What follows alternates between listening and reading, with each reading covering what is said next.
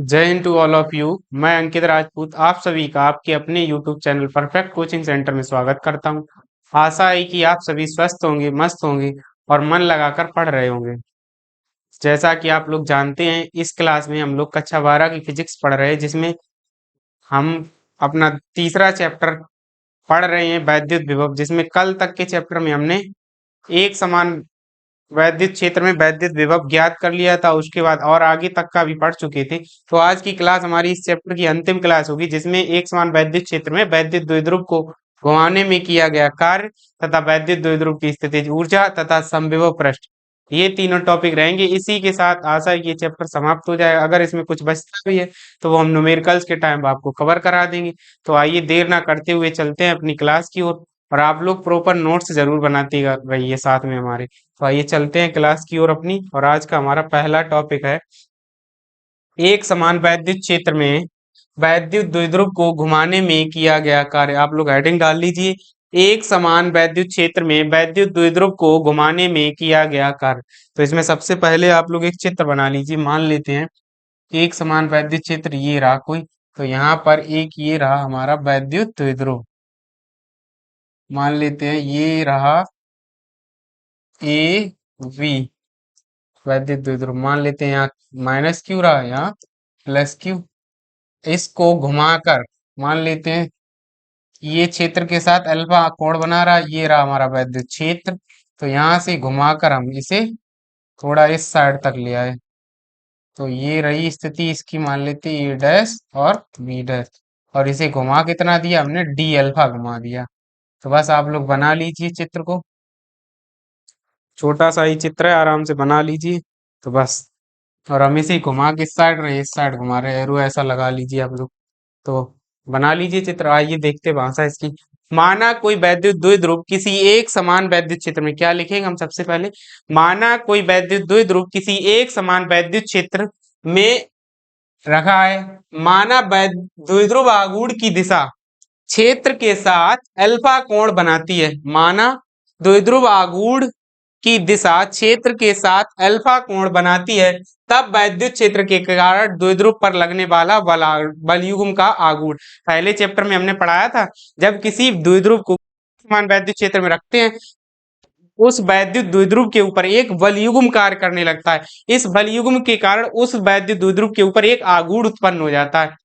वैसे ही यहाँ पर क्या होगा, एक बल आघूर्ण उत्पन्न हो जाएगा। तो द्विध्रुव पर उत्पन्न बलयुग्म का आघूर्ण टाउ बराबर क्या हो जाएगा, पीई साइन, और थीटा की जगह यहाँ पर क्या है अल्फा, तो पीई साइन अल्फा। अब लोग लिख लीजिए टाउ बराबर पीई साइन अल्फा। अब कॉमा यहाँ से अब क्या लिखेंगे, अब द्विध्रुव को घुमाकर, अब द्विध्रुव को घुमाकर डी अल्फा विस्थापन में किया गया सूक्ष्म। अब द्विध्रुव को घुमाकर, क्योंकि द्विध्रुव लगातार बल लग रहा है इसके ऊपर तो घूम रहा है, तो मान लेते हैं कितना डी अल्फा विस्थापन दिया अगर द्विध्रुव को, यानी डी अल्फा विस्थापन देने में द्विध्रुव पर किया गया कार्य। ऐसे लिख देंगे, अब वैद्युत, अब वैद्युत द्विध्रुव को डी अल्फा, वैद्युत द्विध्रुव को डी अल्फा कोणीय विस्थापन, डी अल्फा कोणीय विस्थापन देने में कृत सूक्ष्म कार्य, देने में कृत सूक्ष्म कार्य। अब क्या हो जाएगा सूक्ष्म कार्य, यानी डी डब्ल्यू बराबर टाउ इंटू डी अल्फा। तो यहाँ मान रख देंगे, तो डी डब्ल्यू बराबर क्या आ जाएगा, टाउ का मान PE sine alpha into D alpha. कितना हो जाएगा कार्य, डी डब्ल्यू बराबर PE sine alpha into D alpha. अब इसे आप लोग समीकरण एक डाल दीजिए ऐसे ही यहाँ पर। अब यहाँ से अब मान लेते हैं कि द्विध्रुव को माना प्रारंभिक स्थिति थीटा 1 से थीटा 2 तक घुमाया गया है। तो मान लेते हैं कि द्विध्रुव को थीटा 1 से थीटा 2 तक घुमाने में किया गया कुल कार्य। अब द्विध्रुव को, अब द्विध्रुव को थी अल्फा बराबर, ऐसे लिख देना, अल्फा बराबर थीटा 1 से अल्फा बराबर थीटा 2 तक घुमाने में किया गया कुल कार्य, घुमाने में किया गया कुल कार्य W बराबर क्या हो जाएगा। अब हमने हर बार कहा यदि कोई भी चीज छोटी है उसका मतलब टोटल निकालना है, यानी छोटी छोटी चीजों को मिलाकर उसका क्या करना है, कुल योग करना है, अथवा छोटी छोटी चीजों को मिलाकर जोड़ना है, तो सदैव उसका क्या करेंगे, इंटीग्रेशन। और उस फिक्स जिस भाग को हमें जोड़ना है उस भाग की क्या लगा देंगे, लिमिट, यानी डेफिनेट इंटीग्रेशन के द्वारा हम उन सारी चीजों को जोड़ सकते। तो यहाँ पर भी वही करेंगे, क्या करेंगे, W बराबर लिमिट थीटा 1 से थीटा 2 और यहाँ पे क्या हो जाएगा DW। तो यहाँ से अब क्या करेंगे, इंटीग्रेशन, या W बराबर पहले आप लोग लिखेंगे, W बराबर इंटीग्रेशन थीटा 1 से थीटा 2 और DW का मान क्या है, PE sign alpha into D alpha. अब यहाँ पर आप लोग एक चीज देखना, P क्या है, वैद्युत द्विध्रुव का आघूर्ण, और E क्या है, वैद्युत क्षेत्र। तो वैद्युत क्षेत्र को पहले ही हमने टॉपिक ही लिख रखा है एक समान, यानी मतलब निश्चित हो गया, और वैद्युत द्विध्रुव का आघूर्ण भी निश्चित होगा। तो ये दोनों कांस्टेंट राशियां क्या होंगी, इंटीग्रेशन से बाहर आ जाएंगी। तो W बराबर PE जब यहाँ से बाहर आ गया तो इंटीग्रेशन किसका बचा, थीटा 1 से theta 2 sign alpha into D alpha. और साइन अल्फा का इंटीग्रेशन आप लोग जानते हैं क्या होगा, माइनस का कॉस अल्फा, बस यहाँ से कर देंगे इंटीग्रेशन। तो इम्प्लाइज W बराबर क्या हो जाएगा, PE जब इसका इंटीग्रेशन करेंगे तो क्या आ जाएगा, कॉस अल्फा, और यहाँ से थीटा 1 से थीटा 2 यहाँ पर क्या लग जाएगा, माइनस। ये जरूर याद रखना है कि साइन का इंटीग्रेशन क्या होता है, माइनस का कॉस अल्फा। तो बस यहाँ से माइनस का कॉस अल्फा हो जाएगा, और इसे क्या कर लेंगे हम लोग, बाहर कर लेंगे। तो यहाँ से कर लेते हैं बाहर, या यहीं ऐसे ही बने रहने देना अभी। तो यहाँ से W बराबर क्या हो जाएगा, PE, और यहाँ से जब इसे और आगे हल करेंगे तो लिमिट पुट कर दीजिए। तो माइनस का cos theta 2 minus cos theta 1 हो जाएगा, माइनस का कॉस थीटा 2, और फिर माइनस माइनस यहाँ बीच में क्या आ जाएगा, प्लस आ जाएगा, दो बार माइनस होगा जाके। देखो यहाँ पर लिमिट रखेंगे कॉस थीटा 2, फिर इसमें माइनस कॉस थीटा 1 आ जाएगा जाके, तो यहाँ माइनस माइनस क्या हो जाएगा, प्लस हो जाएगा। तो यहाँ से जब हम इसे आगे और हल करेंगे तो W बराबर हमारा क्या आ जाएगा, PE cos theta 1 minus cos theta 2, बस ये आ जाएगा। तो एक समान वैद्युत क्षेत्र में वैद्युत द्विध्रुव को अल्फा बराबर थीटा 1 से थीटा 2 तक घुमाने में किया गया कुल कार्य क्या होगा, W बराबर PE cos theta 1 minus cos theta 2। अब इसकी कुछ विशेष स्थितियां देख लेते हैं, यानी प्रारंभ में मान लेते हैं कि जो थीटा 1 हमारा था वो मान लेते हैं संतुलन की स्थिति थी, यानी कि यदि प्रारंभ में थीटा 1 बराबर 0 डिग्री, तब किया गया कार्य कितना होगा। तो यहाँ तक उम्मीद है आपको समझ में आ गया होगा, नोट कर लीजिए, नहीं तो एक बार और समझा दें। देखो सबसे पहले क्या करना है, पहले चित्र बना लिया आपने हेडिंग डाल के, उसके बाद क्या लिखना है, माना कोई वैद्युत द्विध्रुव किसी एक समान वैद्युत क्षेत्र में स्थित है, माना द्विध्रुव आघूर्ण की दिशा वैद्युत क्षेत्र, माना द्विध्रुव आघूर्ण की दिशा वैद्युत क्षेत्र के साथ अल्फा कोण बनाती है। अब जब अल्फा कोण बना रही है तब वैद्युत द्विध्रुव पर लगने वाला बलयुग्म का आघूर्ण टाउ बराबर क्या हो जाएगा, PE साइन अल्फा। अब जो द्विध्रुव है उसको, अब वैद्युत द्विध्रुव को अपनी तरफ से हम डी अल्फा विस्थापन देने में किया गया सूक्ष्म कार्य, तो W बराबर क्या हो जाएगा, DW बराबर tau into D alpha, tau का मान रख देंगे। तो अब द्विध्रुव को मान लेते घुमाकर अल्फा बराबर पहली स्थिति थीटा 1 से और थीटा 2 तक घुमाने में किया गया कुल कार्य, तो उसके लिए क्या करेंगे, इंटीग्रेशन। इंटीग्रेशन करने पर हमें कुल कार्य क्या प्राप्त हुआ, W बराबर PE cos theta 1 minus cos theta 2। अब इसकी कुछ विशेष स्थितियां होती हैं, तो विशेष स्थितियां देख लीजिए आप लोग। पहली हेडिंग हम यही अब करे दे रहे, आपने नोट भी कर लिया हो, तो पहली हेडिंग आप लोग बना लेंगे, यदि प्रारंभ में थीटा 1 बराबर 0 डिग्री तब, तथा थीटा 2 बराबर थीटा। यहाँ पहला पॉइंट आप लोग बनाएंगे विशेष स्थिति में, यदि क्या, प्रारंभ में, यदि प्रारंभ में थीटा 1 बराबर 0 डिग्री तथा थीटा 2 बराबर थीटा हो, तब यहां से क्या हो जाएगा, तब अब इसको यहां पर मान रख देंगे, W बराबर क्या होगा, PE। अब देखो कॉस 0 डिग्री और माइनस क्या हो जाएगा कॉस थीटा, थीटा टू की जगह पे क्या रखेंगे थीटा। तो यहाँ से डी डब्ल्यू वो डब्ल्यू बराबर क्या आ जाएगा पीई 1 - cos थीटा, यानी कि प्रारंभिक स्थिति से थीटा स्थिति तक घुमाने में किया गया कार्य क्या होगा पीई 1 - cos थीटा। अब मान लेते हैं कहाँ थीटा ना मानकर द्वितीय स्थिति क्या है, यानी यदि थीटा बराबर 90 यानी वैद्युत क्षेत्र के क्या रखा हुआ है लंबवत। तो आप दूसरा पॉइंट बना लेंगे, यदि थीटा बराबर 90 यदि थीटा बराबर 90 अर्थात यहां से क्या लिख देना, अर्थात क्षेत्र की दिशा से लंबवत रखने पर, अर्थात द्विध्रुव को क्षेत्र की दिशा से लंबवत रखने पर। तो यहां से देखो क्या आ जाएगा डब्ल्यू बराबर पीई और 1 - cos 90 डिग्री। तो किया गया कुल कार्य क्या होगा डब्ल्यू बराबर पीई हो जाएगा। कुल कार्य कितना हो जाएगा डब्ल्यू बराबर पीई। यहां से ऐसे ही दूसरा पॉइंट आप लोग फिर डाल लीजिए यहाँ वो तीसरा पॉइंट। तो तीसरा पॉइंट क्या हो जाएगा यहाँ से, यदि थीटा बराबर 180 अंश, यदि थीटा बराबर 180 अंश यानी कि द्विध्रुव को घुमाकर क्षेत्र के विपरीत रखने पर, अर्थात द्विध्रुव को घुमाकर क्षेत्र के विपरीत रखने पर, आखिर आप लोग भाषा लिख देना। तो यहाँ से डब्ल्यू बराबर क्या होगा पीई और 1 - cos 180 अंश, और cos 180 अंश क्या होता -1। तो W बराबर पीई और 1 - -1 तो प्लस का हो जाएगा। तो यहाँ से W क्या आ जाएगा 2 पीई, यानी कि द्विध्रुव को घुमाकर 180 अंश तक लाने में किया गया कार्य क्या होगा 2 पीई। तो उम्मीद है आप लोगों को इसकी विशेष स्थितियां भी समझ में आ गई होगी और ये टॉपिक भी समझ में आया होगा। अगर ना समझ में आया होगा एक बार रिपीट टेलीकास्ट करके इसको देख लीजिए, आप लोगों को जरूर ये टॉपिक समझ में आएगा। चलिए चलते हैं अब नेक्स्ट स्लाइड पर। अगला टॉपिक है हमारा वैद्युत द्विध्रुव की स्थितिज ऊर्जा।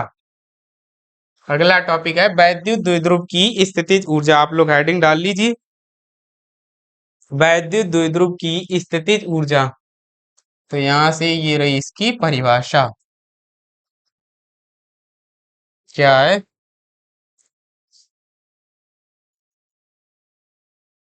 आप लोग हेडिंग डाल लीजिए वैद्युत द्विध्रुव की स्थितिज ऊर्जा। तो क्या हो जाएगी वैद्युत द्विध्रुव की स्थितिज ऊर्जा। सबसे पहले तो इसकी परिभाषा ही देख लेते हैं। वैद्युत द्विध्रुव को एक विशेष स्थिति से, वैद्युत द्विध्रुव को शून्य ऊर्जा की स्थिति से एक विशेष ऊर्जा वाली स्थिति तक ले जाने में किया गया कार्य अथवा घुमाने में किया गया कार्य उस वैद्युत द्विध्रुव की स्थितिज ऊर्जा कहलाती है। सिंपल सी परिभाषा है। क्या लिख रखा है, वैद्युत द्विध्रुव को शून्य ऊर्जा की स्थिति से स्थिति विशेष तक ले जाने में अर्थात घुमाने में किया गया कार्य ही उस वैद्युत द्विध्रुव की स्थितिज ऊर्जा कहलाता है। परिभाषा आप लोगों को याद हो गई होगी, नोट कर लीजिए आप लोग।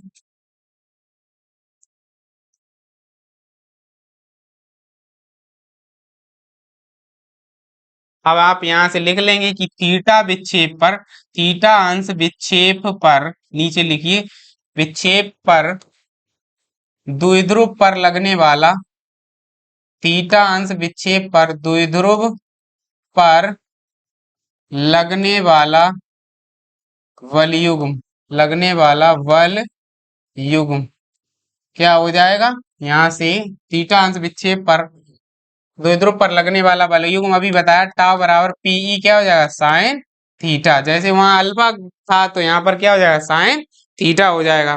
उसके बाद यहाँ से भाई सेम चीज कि इस स्थिति से यहाँ क्या लिखेंगे, इस स्थिति से, इस स्थिति से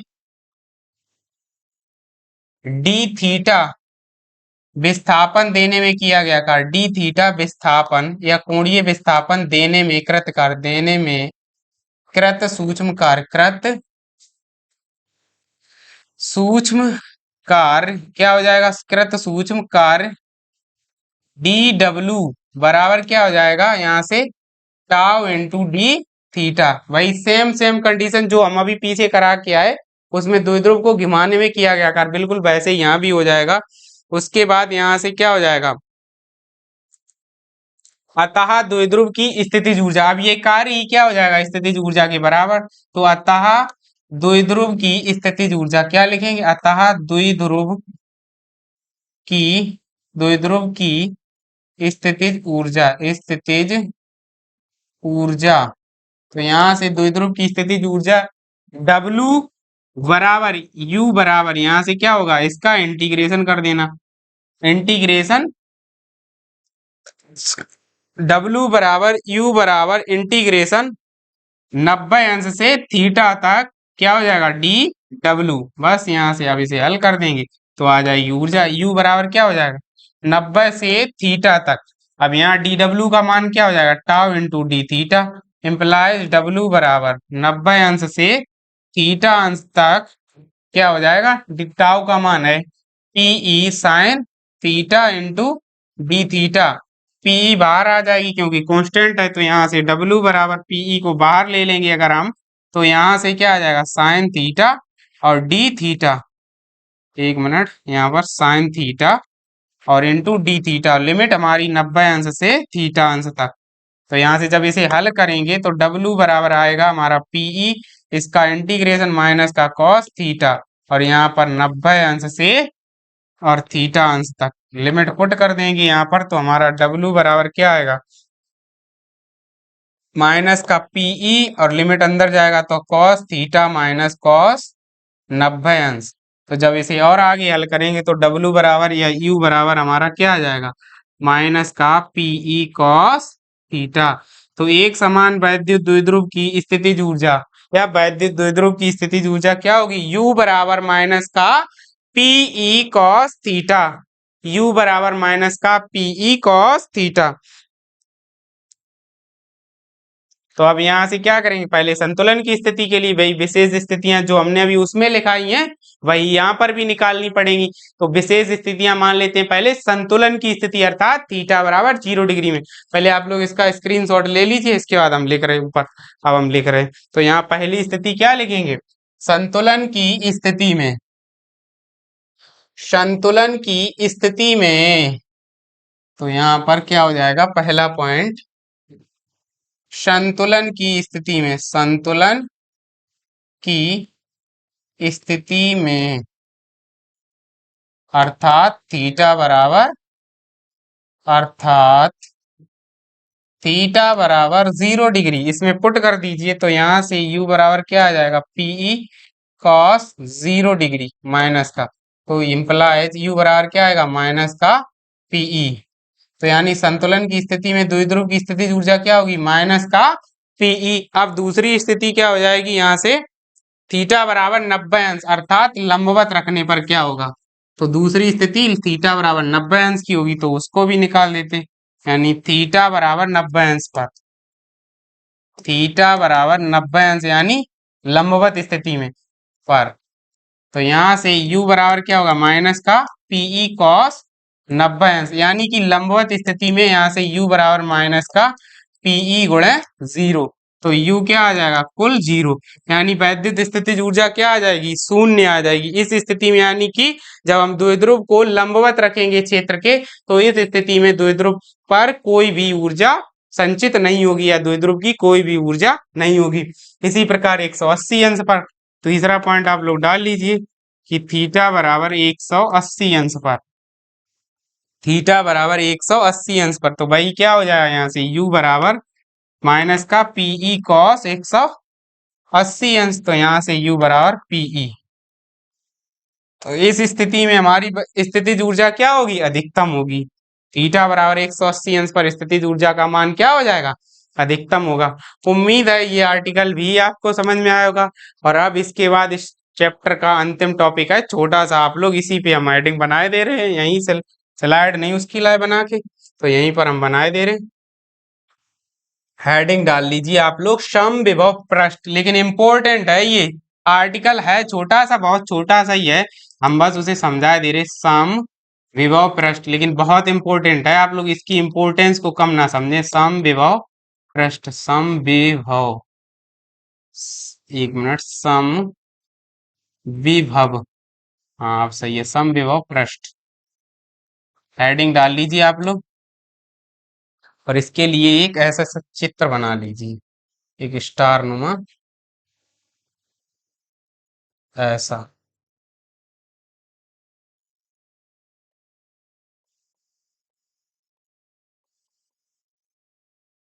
बना लीजिए और इसके चारों तरफ ऐसा डॉटेड डॉटेड बना लीजिए। आप लोग चित्र बनाइए।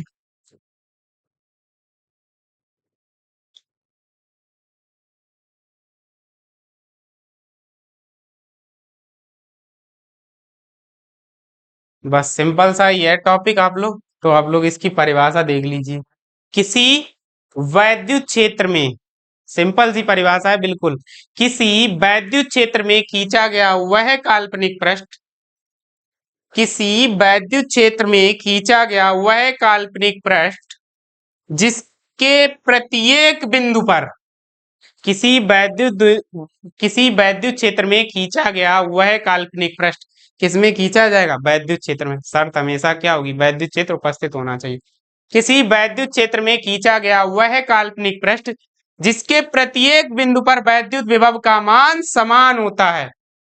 किसी वैद्युत क्षेत्र में खींचा गया वह काल्पनिक पृष्ठ जिसके प्रत्येक बिंदु पर वैद्युत विभव का मान समान होता है, समविभव पृष्ठ कहलाता है। आप लोग परिभाषा लिख लीजिए, या तो ये लिख लीजिए, नहीं तो दूसरे शब्दों में क्या हो जाएगी?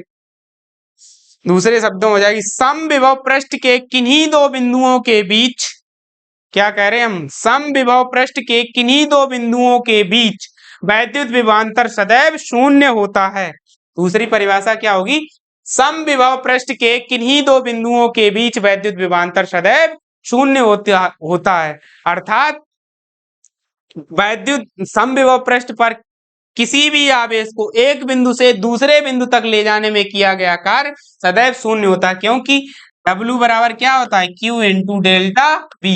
और हमने आपको क्या बताया? डेल्टा V क्या होता है? किन्हीं दो बिंदुओं के बीच विभवांतर होता है। तो हमने क्या कहा है? ऐसा पृष्ठ जिसके किन्हीं दो बिंदुओं के बीच विभवांतर सदैव नियत रहता है अथवा किन्हीं दो बिंदुओं के बीच का विभवांतर सदैव शून्य होता है, ऐसा पृष्ठ समविभव पृष्ठ कहलाता है। इसलिए या अर्थात समविभव पृष्ठ पर किसी आवेश को एक बिंदु से दूसरे बिंदु तक ले जाने में किया गया कार्य शून्य होता है। उम्मीद है आप लोगों को ये भी समझ में आ गया होगा। अगर समविभव पृष्ठ पर एक और शर्त आपसे पूछी जाए कि समविभव पृष्ठ पर वैद्युत क्षेत्र की दिशा क्या होती है या वैद्युत बल रेखाओं की दिशा क्या होती है, तो समविभव पृष्ठ पर प्रत्येक वैद्युत बल रेखा सदैव समविभव पृष्ठ के लंबवत होती है, यानी कि वैद्युत बल रेखाएं समविभव पृष्ठ से लंबवत बाहर की तरफ होती हैं, यानी सभी बल रेखाएं बाहर की तरफ लंबवत गुजरती हैं। समविभव पृष्ठ पर प्रत्येक वैद्युत बल रेखा लंबवत होती है। बस आज की क्लास के लिए इतना ही। अब ये चैप्टर यहीं पर फिनिश हो गया। कल से जो हम लाएंगे इस चैप्टर के न्यूमेरिकल्स लेके आएंगे। उम्मीद है आप लोगों ने मन लगाकर इसे पढ़ा होगा। तो कल आपसे न्यूमेरिकल्स जरूर बनेंगे और आप लोग हमारे साथ इसी प्रकार जुड़े रहिए। आपको एक एक टॉपिक ऐसे ही क्लियर कराएंगे डीप से। आप लोग इसके लिए परेशान ना हो कि आप लोगों को समझ में नहीं आ रहा। लगातार आप लोग अगर हमसे जुड़े रहेंगे इसी प्रकार तो आपको जरूर समझ में आएगा। और आप लोग मेहनत करते रहिए, एक ना एक दिन सफलता तो जरूर मिलेगी। और 2025 में बेहतर परिणाम के लिए हमसे लगातार जुड़े रहिए। उम्मीद है आप लोगों को ये सेशंस पसंद आ रहे होंगे। अगर पसंद आ रहे हो तो सेशन को लाइक कीजिए, अगर चैनल पर नए हैं तो चैनल को सब्सक्राइब कीजिए और अपने दोस्तों के साथ भी इसको शेयर कीजिए। तब तक के लिए जय हिंद, मिलते हैं नेक्स्ट वीडियो में।